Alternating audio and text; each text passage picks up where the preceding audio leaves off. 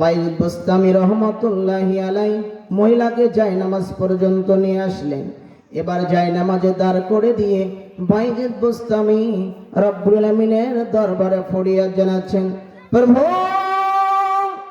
একটা নষ্টা মহিলাকে মাবুদ গো আমি জায়নামাজ পর্যন্ত নিয়ে এসেছি।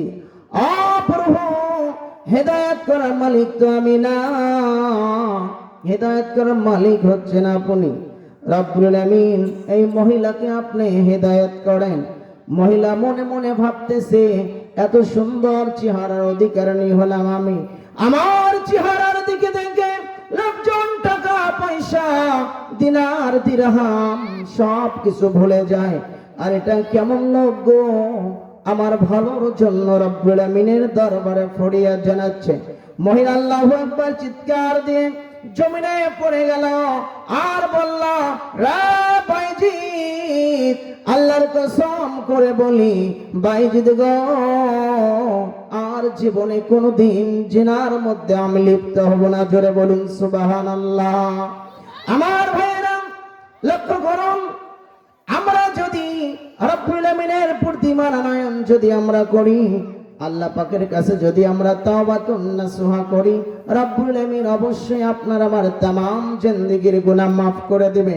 আল্লাহ পাক জানিয়ে দিলেন, আমি রব্বুল আমিন তোমাদেরকে maaf করে দেব।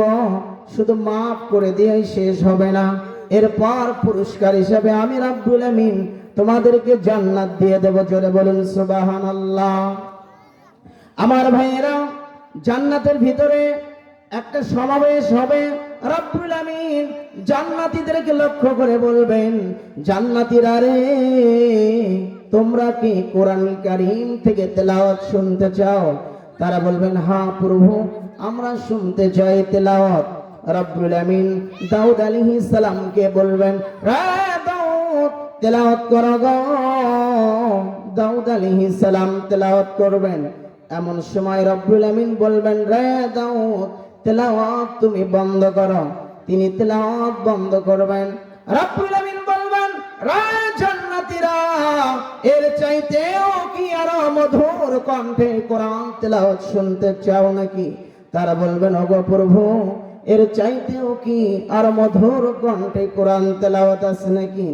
আল্লাহ রাব্বুল আমিন নবীজিকে ডাক দেবেন, ওগো নবীজি, ওগো প্রধান অতিথি, আপনার আমার নবীজিকে ডাক দেওয়া হবে। রাব্বুল আমিন বলবেন, ও আমার বন্ধু, ও আমার হাবিব, আপনি সূরা ইয়াসিন তেলাওয়াত করুন। নবীজি সূরা ইয়াসিন তেলাওয়াত করবেন। ইয়াসিন ওয়াল কুরআনিল হাকীম ইন্নাকা লামিনাল মুরসালিন। জোরে বলুন আল্লাহু আকবার।